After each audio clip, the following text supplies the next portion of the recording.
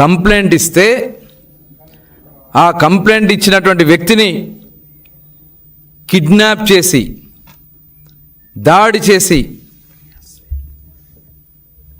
సొంతంగా ఆయన కారులోనే ఎక్కించుకుని ఆ ఫుటేజ్లన్నీ ఉన్నాయి. ఒకసారి ఆ ఫుటేజ్ కూడా ప్లే చేయండి. వంశీ గారు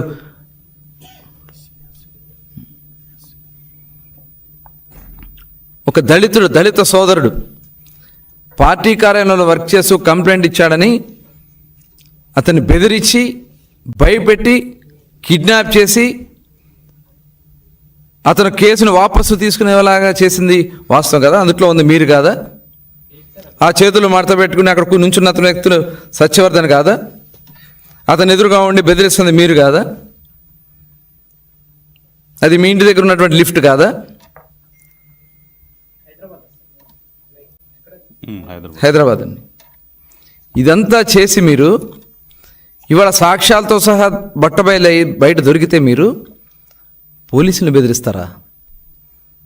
అంటే ఇవాళ నిష్పక్షపాతంగా విచారణ చేస్తూ ఇన్వెస్టిగేషన్లో ఉన్నటువంటి అధికారుల్ని గొడ్డలు ఎడతీస్తానంటారా? గొడ్డలు ఉడదీసి నిలబెడతానంటారా? ఏంది జగన్మోహన్ రెడ్డి గారు మీ సంస్కృతి, మీరు మాట్లాడే విధానం? అంటే ఇవాళ ఒక ఇన్వెస్టిగేషన్ సాఫీగా జరుగుతున్నటువంటి ఇన్వెస్టిగేషన్ని అధికారుల్ని భయపెట్టడానికి ఇవాళ దీని మీద కూడా కేసు పెట్టాల్సినటువంటి అవసరం ఉంది.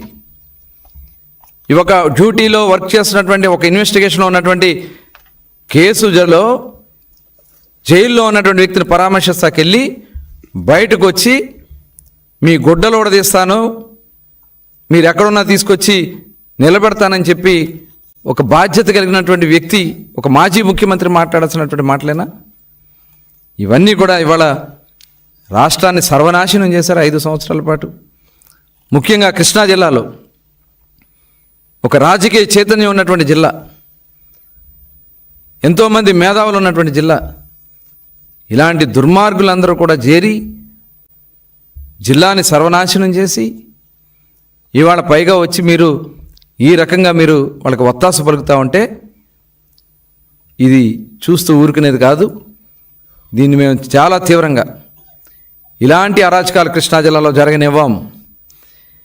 క్యాషినోలు పెట్టి కబ్జాలు చేసి బెదిరించి భూములు కొట్టేసి మొత్తం వస్తున్నాయి. ఒక్కొక్కటి చిట్టా బయటకు వస్తూ ఉంది.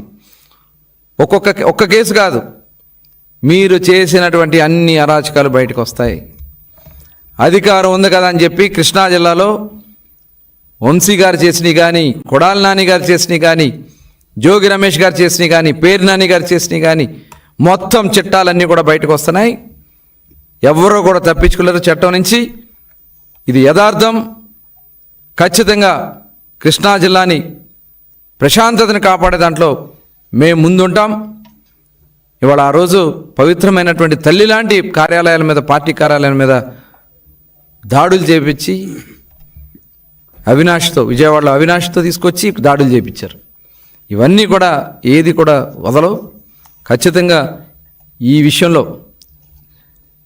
ఎవరైతే పోలీసు అధికారులను బెదిరించాలని ప్రయత్నం చేస్తున్నటువంటి జగన్మోహన్ రెడ్డి దయచేసి గుర్తుపెట్టుకోండి, చట్టం నుంచి ఎవ్వరూ తప్పించుకోరని చెప్పి తెలియజేస్తా ఉన్నాను.